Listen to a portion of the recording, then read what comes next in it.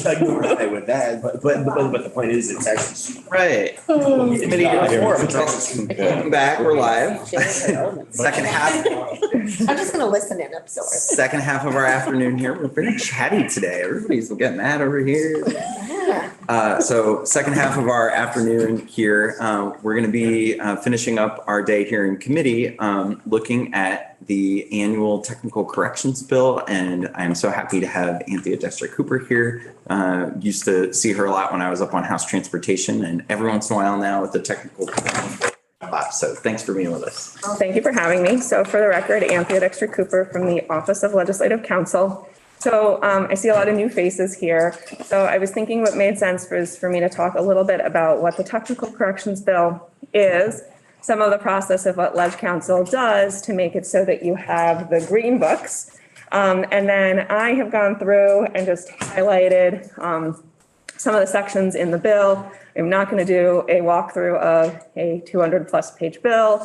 I don't think you would like me very much after that, but just to sort of show you the sorts of changes that are being made in the technical corrections bill. So if there aren't any preliminary questions, I'll get started. Okay, so I do not have a fun box of things. I have a fun box of books. But every year, all of the work that you, the General Assembly, does becomes the white book. And there's a white book for every year. It's the acts and resolves, and it includes everything in it that is an act and your resolutions. And if you think about the acts, the bills that you've worked on that are going to become acts, they have both session law and codified law in them. The codified law ends up in the green books.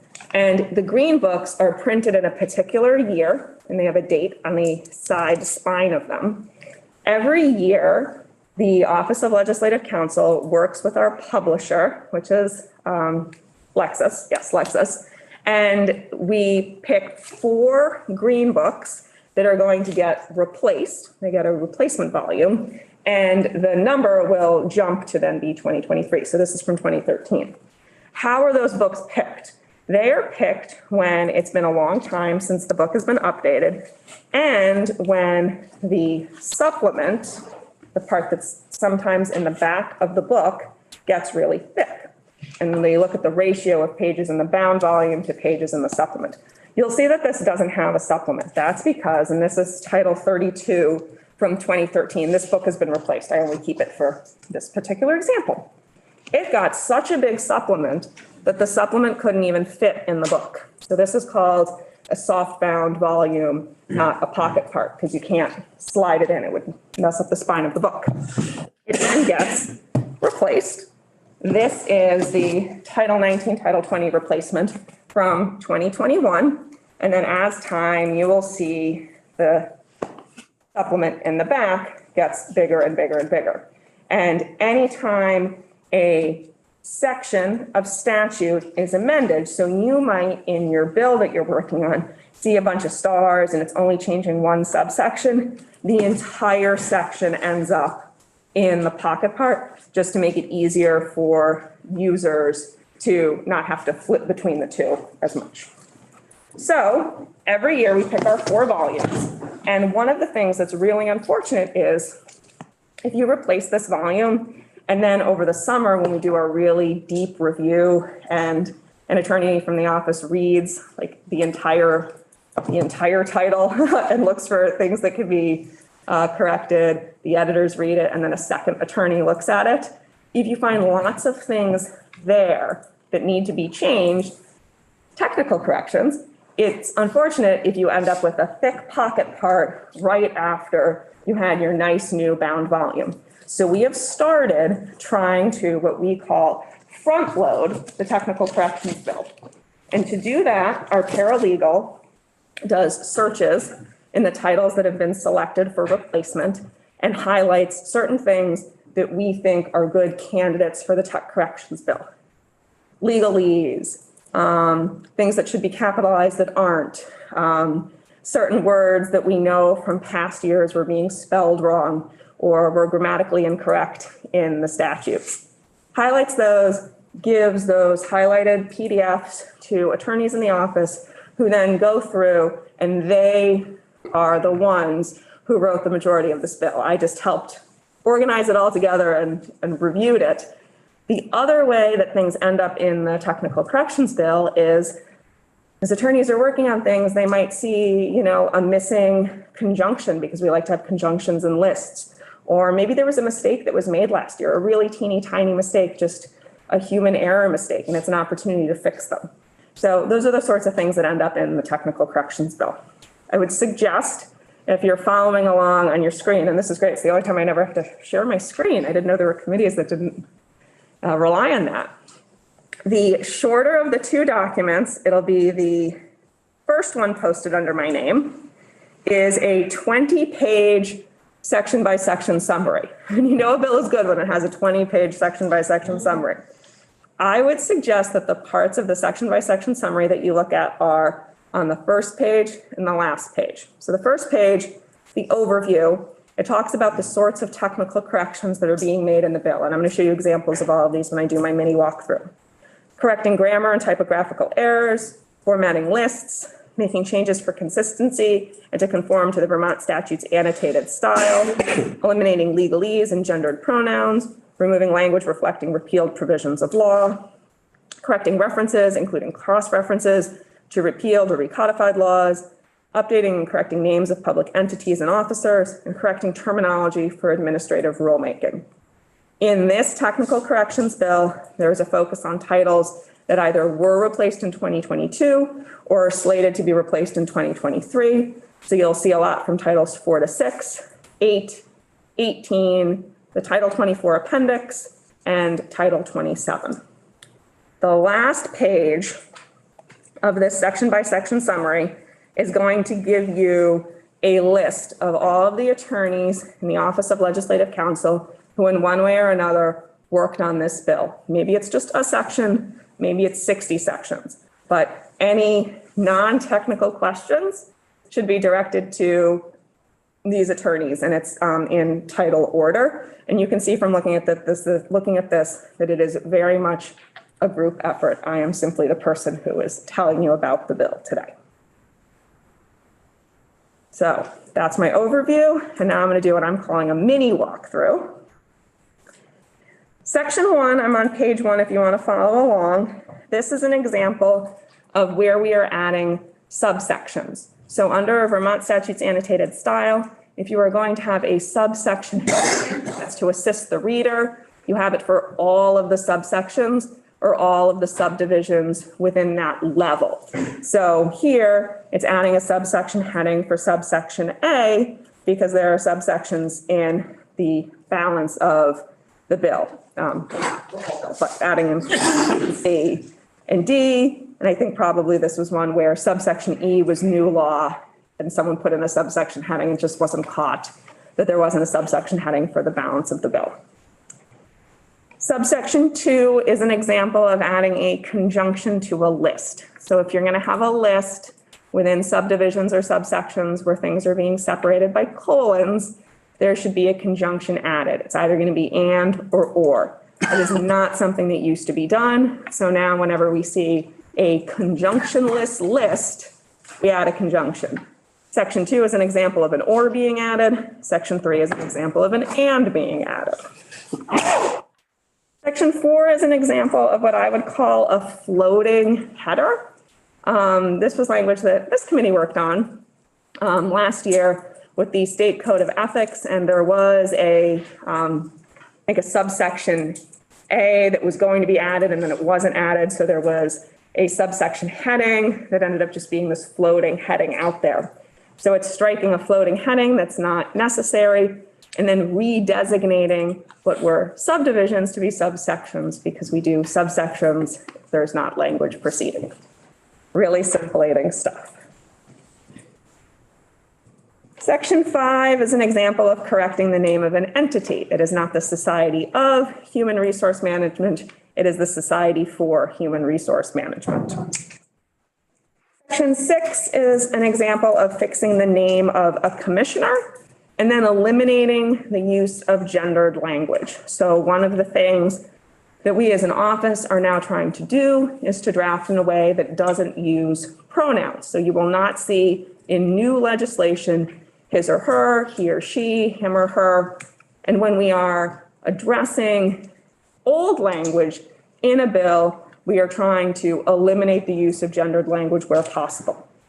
Something would not end up in the technical corrections bill just to eliminate gendered language, but I'm really proud of the work that the editors and the attorneys did in this bill, and you will not see any unaddressed existing gendered language in this bill.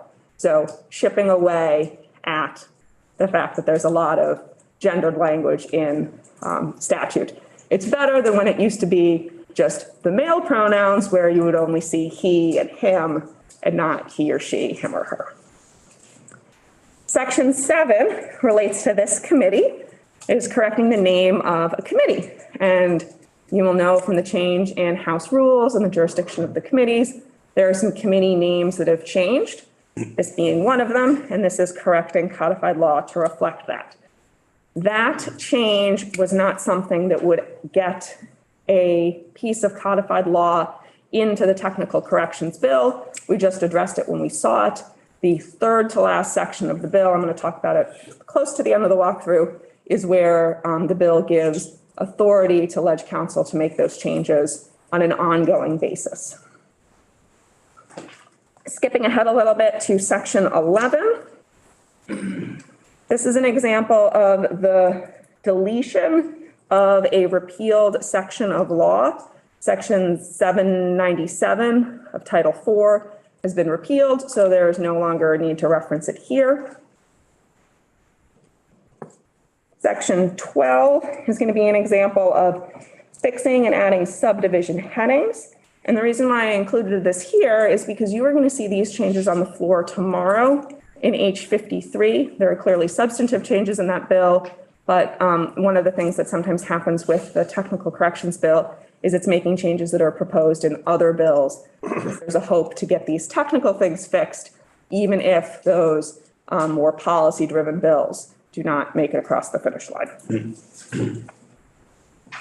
Section 13 on page 8. This is an example of structuring the lead-in language for definitions to better track the way that the Vermont statutes annotated are written. It's duplicative to say, as used in this chapter, unless the context otherwise requires, the following definitions apply. Striking the following definition shall apply, trying to make there be uniformity in the statutes. Section 15 on page 10 is an example of adding subdivisions and designating undesignated paragraphs. So if you'll look on page 10 at line 11, you'll see that we're adding a subdivision 2, and then on line 15, adding a subdivision 3. We do not like having in codified law a paragraph that doesn't have a number or a letter in front of it, because then it makes it really hard to cite to it. I'm citing to that third paragraph of that statute for difficult to know what you're talking about. Section 16 is correcting an inaccurate section heading and also adding some clarity to language as to what the proceedings that are applicable are. Section 17 is correctly citing with the name of a program and its actual federal citation to the statutes, trying to not cite. You'll see later on an instance where we're getting rid of law citation to try and use when it's known what the United States Code or the Code of Federal Regulations citation is. Makes it easier for the readers. Section 19. I have on my notes for you that this is eliminating Yoda speak. So as written, it says at least 15 days notice of the hearing shall be published in a paper of general circulation in the political subdivision in which is located the airport hazard area to be zoned. And its moving is located to make that actually sound like a sentence that would be written today. Section 21, this is an example of fixing a citation within our statutes, not to federal law, but having a consistent cross-reference. Section 22 is addressing in a different statute the fact that other statutes have been repealed. So within Title V, chapters 22 and 26 have been repealed. It makes no sense to say that the agency has authority over something that's covered in those chapters of law because those chapters of law have been repealed. Section 23, this is the correct citation format for something in the Code of Federal Regulations. Section 24, this is an example of using the correct terminology for administrative rulemaking. We do not promulgate rules in Vermont, we adopt rules. You do not make rules in Vermont, you adopt them. So if it said make rules or promulgate rules, that's something that should be changed to adopt. Section 25, this is correct. Section 26 is making some grammatical corrections to just make phrasing less awkward. Section 28, I like this one because it's from the transportation world. We do not have turnpikes in Vermont, so there shouldn't be a chapter on crossing highways and turnpikes. Turnpike is like basically what it sounds like, a giant like turnstile for cars to go through. It's a way to say a toll road. We don't have them in Vermont. Doesn't make sense to reference them in a subchapter heading. Was that your own personal touch on the technical corrections bill? If it's from Title V, it is my own personal touch. So I also was the person who found the Yoda speak to eliminate.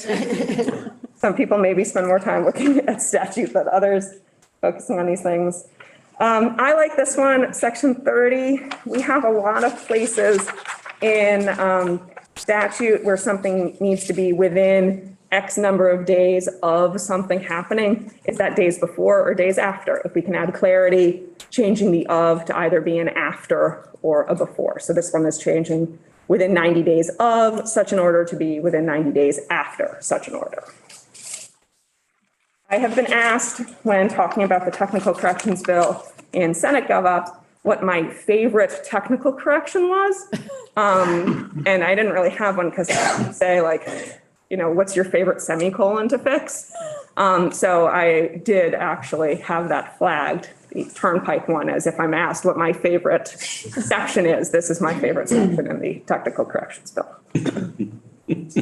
Section 30. This is the one that I should mention on this floor specifically when I'm giving. If you decide to include it in your floor presentation that you asked Ledge Counsel what her favorite section was, yes, you could say that that is my favorite section. And I will say for the committee, since you brought this up, Representative Higley, that it was in my couple of years on the Gov.Ops committee, the former ranking member, Representative LeClaire, would take this on. And so I asked Representative Higley this morning, and knowing that Anthea was coming in on this, if he'd be willing to pick up the mantle, and he was willing to oblige. So. I'm all ears. Likes it is. Get the questions right. So section 31 is repealing references to what is now preempted law. I would say section 31 is a prime example of the closest to a substantive change that you will see in the technical corrections bill. The point of the technical corrections bill is not to change law. It's supposed to make statutes be more consistent or readable, correct. I can say that for purposes of the titles I work on, 5, 19, and 23, every change that is proposed for the technical corrections bill was reviewed by either the Agency of Transportation or the Department of Motor Vehicles, including this one. Most of my colleagues do the same, especially where there's something that they are not entirely sure is going to be a change that doesn't yield any potential for confusion as to whether or not it was a technical correction as opposed to something more substantive. In the case of, and I don't have any examples from Title 27 because all of the examples have been hit before we'll get to Title 27. All of that language was reviewed by an outside attorney who works in property law. So we really make an effort to ensure that we're not changing statute in a significant or substantive way inadvertently in this bill. So I wanted to highlight that as we were making our way through. Section 34 This is an example of how we capitalize the starts of lists and whether or not is a complete sentence. So if a list does not contain items that are complete sentences, it will be separated by semicolons with lowercase letters. If you see within a list a period, it should be separated by periods and have capital letters. And then you don't have conjunctions, and you might need different lead in language. You gotta highlight that one. I told you this was very, very exciting. This is fixing the capitalization and the conjunction list nature of this particular list. Section 38 is an example of adding clarity to a list that doesn't have a conjunction. So in this particular instance, for the definition of agricultural liming material, or lime, it means, and since there aren't going to be ands in the list or ors in the list, one or more of the following. This is also one of the drafting techniques to eliminate using the phrase and/or in statute. You should hopefully, in a few years, not see and/or anywhere in the green books.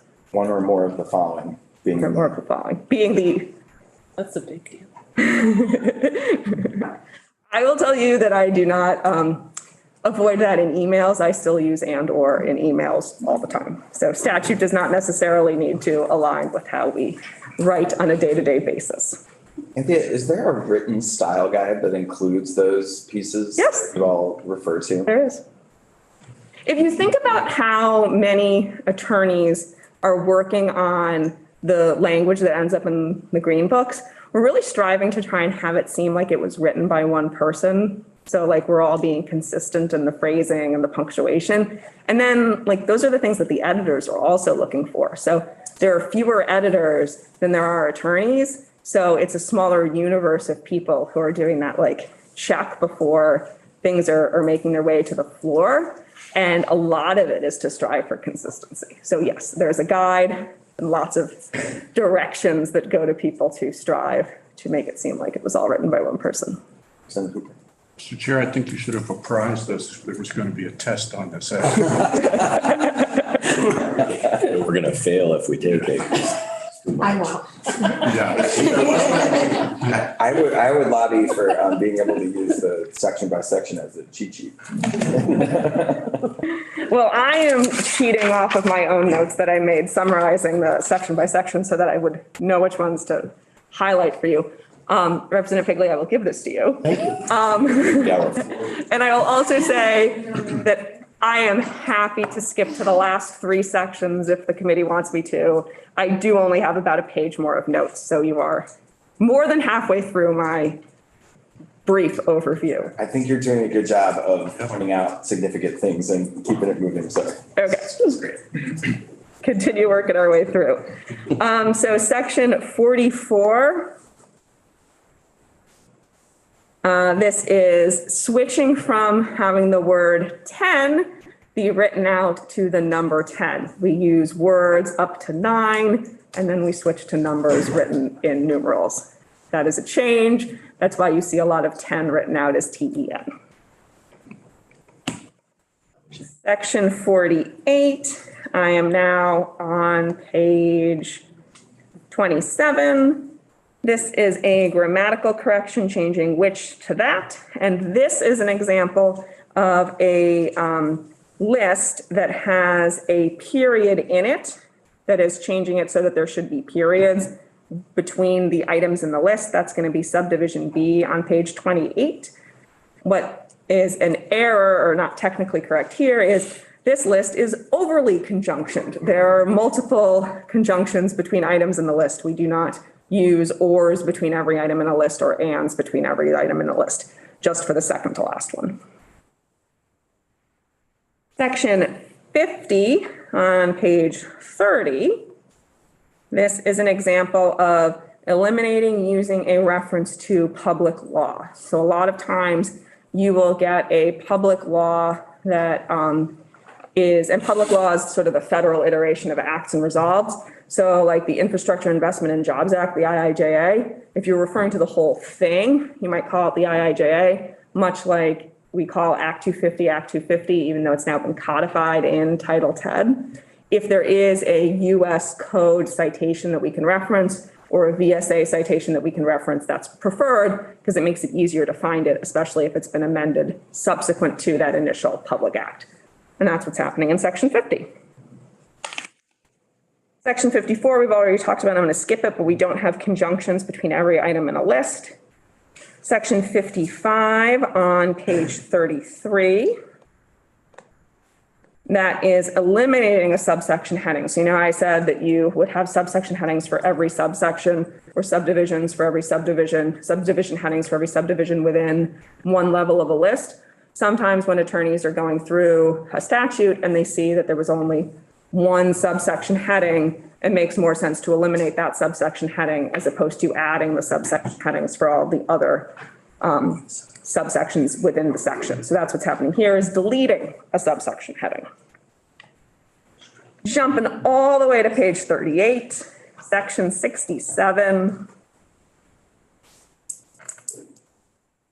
This is going to be an example of changing the name of a program. It is not the Farm Agronomic Practices Assistance Program, it's the Farm Agronomic Practices Program. Using this as an opportunity to correct that. Section 68 on page 39, using the correct lead-in for definitions. We now use as used in this chapter, or as used in this section, or as used in this title, not in this chapter.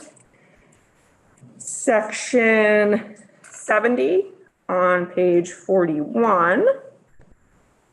This is going to be an example of moving language that is repeated at the start of every item in a list to just be at the beginning of the list. In that was appearing in front of all of the subdivisions. So instead of repeating it in front of one of the subdivisions, it could be just at the beginning of the list. Section 74. This is going to be another example of having clarity with the lead-in of a list, any of the following. And then there is the elimination of a repeated as used in this chapter in subdivision 6 on page 45. Since the lead-in language for the definitions is saying is used in this chapter, these are the definitions that apply. You don't need to then use it throughout the balance of the definitions section. So I'd say this is an instance where we're making things shorter. A lot of other places we're making things longer. We're eliminating words here. Section 75 on page 45 is an example for conjunction list lists. We had before one or more of the following. This is an example of using all of the following before a conjunction list. 78 on page 46. This is going to be adding a missing conjunction. Oh, no, sorry. 77, had the wrong section number there. We do not, for the most part, use the word assure, A-S-S-U-R-E in statute. It is almost always either ensure or insure. Insure only being used in the instances of actually speaking about insurance. So most of the time, if you see something in statute and it says assure that something will happen, it should really be ensure. So adding consistency there. I'm going to skip ahead to page 50, section 85. This is something that those of you who are on the committee last year might remember in all of the work that you did with redistricting. Two small things are being corrected here of a technical nature. The way that a chapter or a section is cited in the same title, you do not use the number VSA. Again, you would just say chapter 34A of this title. And then in the district description for Wyndham 7, there were some rogue inclusions of the word map in the phrase tax map parcel, and those are being struck. Okay, section 88. I would say this is an example of eliminating some fun Legalese, I don't know if it's making it shorter, but I think it makes it sound less like a lawyer wrote it, although it's still using the word accordance with, and that is pretty legal. But prior to that change, it said as herein or elsewhere specified. I like it when we see here and before. I think that's a fun word to try and take out of statute. Section 98, this is a pretty standard swap for a word that all of you legislators know, because you are frequently, especially in the end of session, messaging your actions forthwith to the other body. Maybe not all Vermonters know what forthwith means, and this is using immediately instead of forthwith. That's a pretty standard swap that we do to try and avoid using forthwith. Section 105 on page 61. This is eliminating an instance of obsolete language. A lot of times you put into statute saying something shall happen not later than a particular date. That date has long since passed. This said no later than January 1, 2011. Health insurers need to do something. Now it's just saying health insurers need to do something. You don't need that now well past by a decade date included in there. Section 116 on page 67 is an example of eliminating duplicative language with the lead-in. Section 118 on page 67, under our style principles, we do not say the age of blank. We say blank years of age, so this is making that change. Section 119, when we say in statute, specified in subdivision blank of this subsection, you include the subsection designation if it's greater than 2 degrees of separation away from the subsection. That's just to make it easier to find. If it says this subsection, you have to look all the way up many subdivisions to get to where the subsection designation is. Just makes it a little bit easier for people who are reading the statutes. Section 142 on page 81.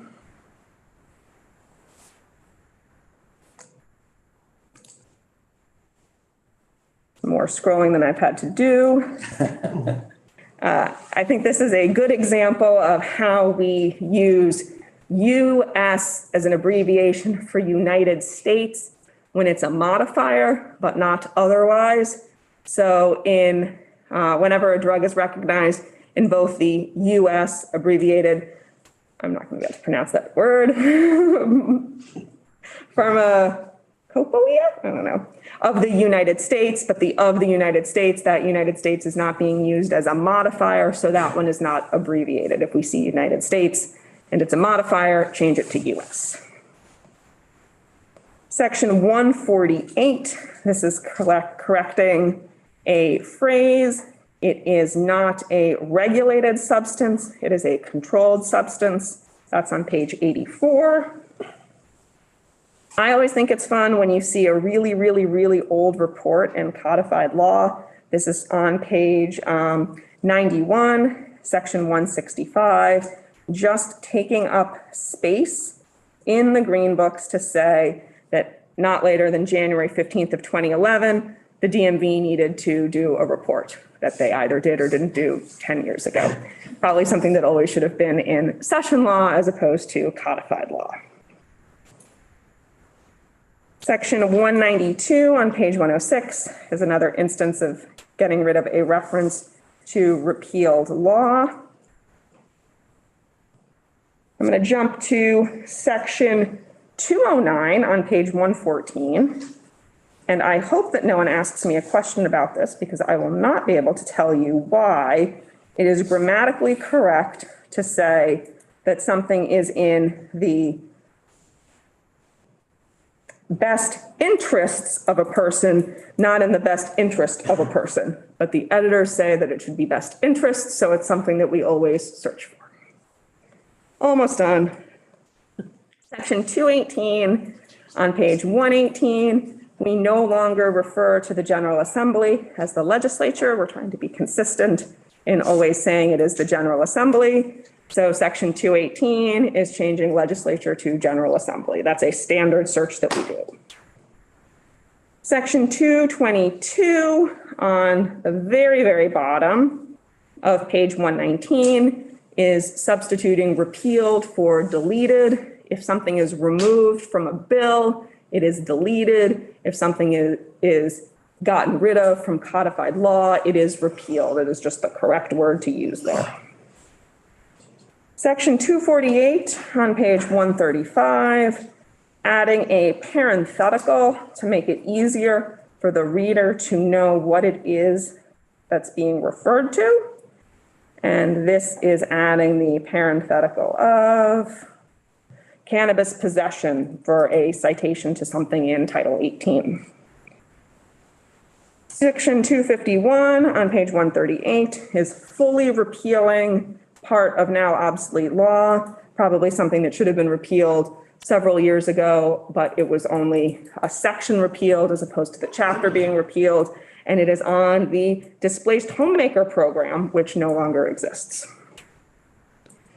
Sometimes we use the technical corrections bill, and I'm going to be on section 253 now, to fix something that was accidentally done in the prior year. This is something from Title 23, so I was very excited to get to put it in the technical corrections bill. There's some ambiguity by having the or penalties on line 8, so it's striking out or penalties. So it's just the applicable penalty by including penalties, which was just carryover language from something the committee had been working on prior to the final version. It makes it seem like there can be multiple penalties, and there can't be. This is the section with that are penalties for trucks that get stuck in the gap. Yes. Smuggler's Notch. Yes. Wow. It is. So at one point, if you really care, there was going to be a penalty for both the operator and the employer. Yeah, I was like. Sorry, I'm impressed that you knew this was for the notch. Committee don't, well, I saw Vermont Route 108 and then I said, oh, I know what this is. That's the notch. Let's not get tempted to do any policy making. Because that would really grab my. Very tempted to try to squeeze one in there. Let's not do that. The Senate Transportation did take testimony on the notch this morning. So, you know, if you are looking to change that statute, they are looking into it. What happens if they change it up there while we're? I'm going to answer that question. I am going to answer that question. It's like my second to last thing I'm going to say. I really, really am almost done. Section 255. This is changing a very, very long, cumbersome section heading, which was operation on and across public highway sidewalks, age restrictions, private lands, prohibited areas, and prohibited methods of operation, reckless operation, SWI, financial responsibility, trail access limited, head and face protection. This really is just about snowmobile operation. Let's be a little bit less specific. Also, why are we using an acronym SWI? It stands for snowmobiling while intoxicated without defining it. It just confuses people. So yes, all of this section is about snowmobile operation. It was a great opportunity to shorten it. Section 260 on page 141, you will see that in the designating, oh, wait, no, I'm on the wrong section. Section 260 on page 142, the existing law says every non-Springfield municipal public utility or private interest that desires to excavate in a public right-of-way shall first obtain from the select board town manager. What is the select board town manager? It's nothing. It was just a mistake that was made last year where the word select board was not struck out when town manager was added. This is correcting that here. Section 264 on page 145, I'm not going to scroll to it, but it is correcting the spelling of willful. Willful is spelled W-I-L-L-F-U-L, not W-I-L-F-U-L. Section 376, the last technical correction I'm going to talk about on page 216, is correcting a formula that was being used to describe a tax calculation. And this is just a technical clarification on that formula. And that takes us to our last two sections to talk about in this bill, page 223, section 395. This one's on conforming revisions for House committee name changes. This is directing the Office of Legislative Counsel when the green books are being updated or when a supplement is being reprinted, because those supplements, the pocket parts, do get reprinted every year, that the Office of Legislative Counsel is to correct the committee names to correctly reflect what changes were made in House rules. It will take time, but eventually the names of all the House committees will be correct. Presumably then they will get changed again, and then we'll start the process over. I still chuckle when I see an old House committee name somewhere in statute. And finally, section 396, Chair McCarthy, this answers your question about what happens if a change is made somewhere else. So this is saying that the changes in the technical corrections bill are technical in nature, and they should be subordinate to changes that are made in other bills. If it can't be harmonized, if there's a direct conflict, you ignore what's in the technical corrections bill and just go what's in the non-technical corrections bill act. So if you are adding a subsection in this bill, a subsection heading in this bill, and a different bill that's being worked on in a different part of the building right now deletes that subsection is deleted. It is not kept just so the technical corrections bill can add a heading to it. That is not the purpose of the technical corrections bill. And that's it. That's my walkthrough. I am sorry that I bored you all to pieces. It was fun. I actually think that you bring a lot of excitement and talk about things like your voice, and for something that could be really dry, you do an excellent job of presenting it to us. I also, before we get into a couple of committee questions, I just want to say that as funny and as silly as we can get about the technical corrections bill, it is an enormous amount of work. And I just want to say on the record, No, totally. thank you to all of your colleagues and you for presenting it and for all of their hard work and all of the work that goes into doing all of this. It is really important.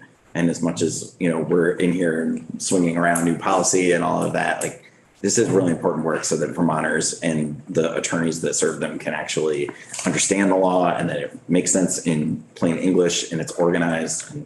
Really, really appreciate all of this work. So thank you. All right, committee.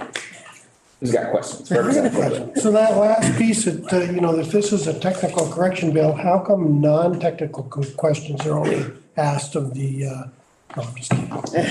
It says non-technical question be directed to. I think because it's the nature of you wonderful legislators when you see language to want to understand it. So even though there might not be a change that's substantive, it could yield a substantive question when someone is looking at, for example, that smuggler's notch statute.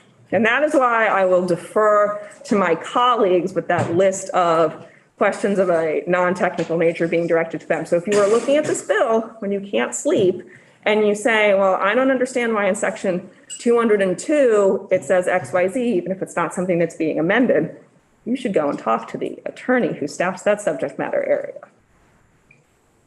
Good deal. Representative Waters Evans. Thank you. I just wanted to say, I was going to say what you said, which is thank you. It's really fun as a proofreader, copy editor. This is my favorite bill on the record that we've looked at so far. So I'd say if it was a lot for you, then I was going to say, imagine how it is to comb through this and like look at every single word. It's kind of amazing work.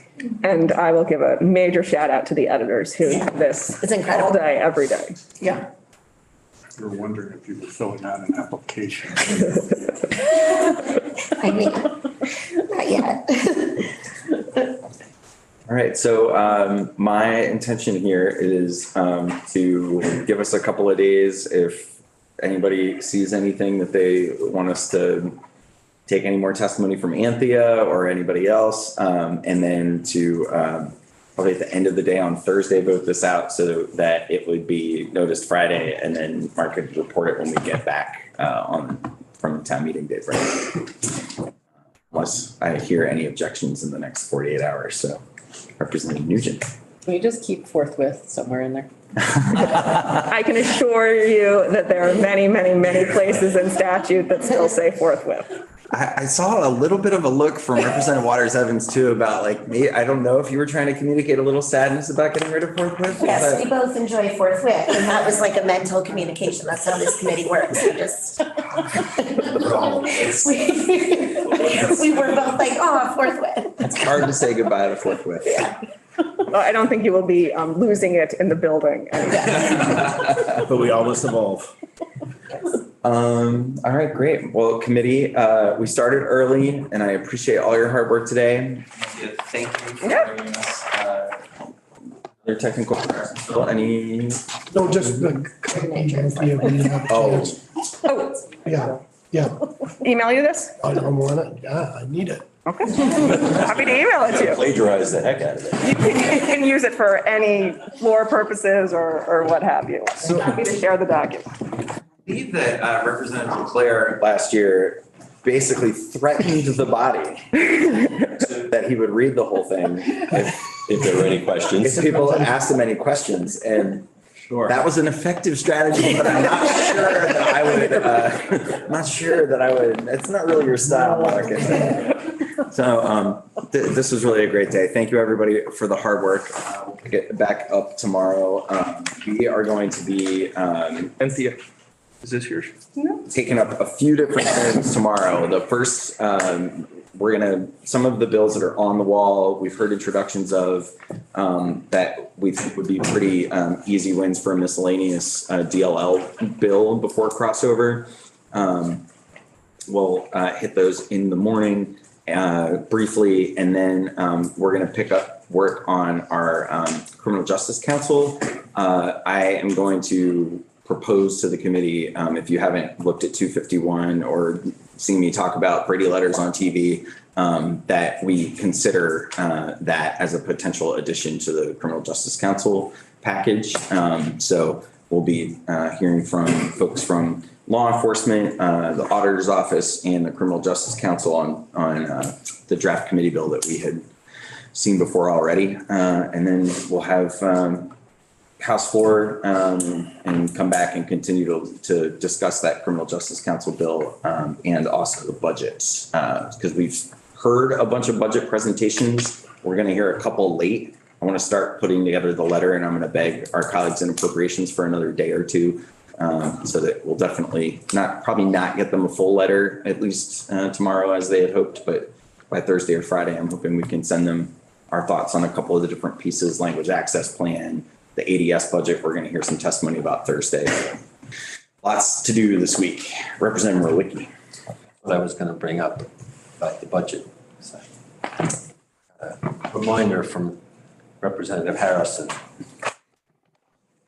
I have asked Commissioner Morrison to come because we haven't actually seen their full budget presentation. You know, we did their overview, but we hadn't seen public safety yet, and they have a couple of pieces that our budget letter asked us to comment on. So ADS, public safety, the language access plan, the USS Vermont, those are the kinds of things I'm thinking we'll include in that letter. So if there's specific things you want to state here about this week before we go on town meeting break so that we can give some feedback to our colleagues in appropriations.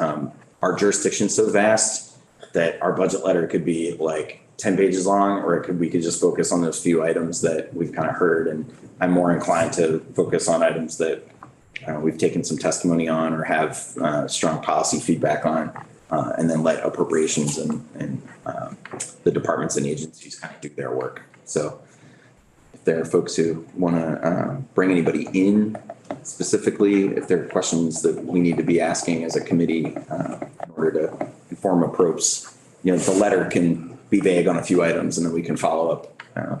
Obviously, this is the start of the budget process, not the end, but they'll have to get the budget out by March 24th. So they're just kind of trying to get a flavor initially.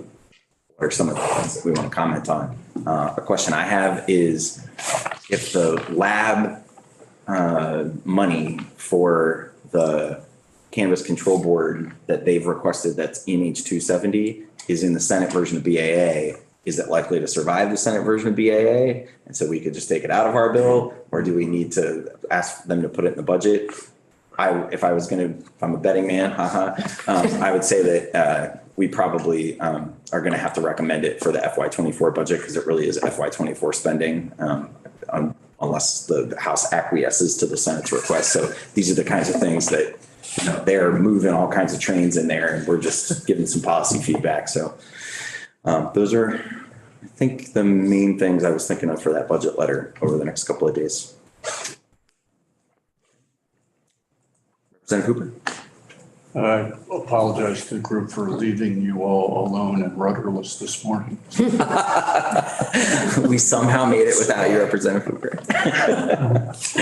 All right. Anything else on agenda? All right. Let's move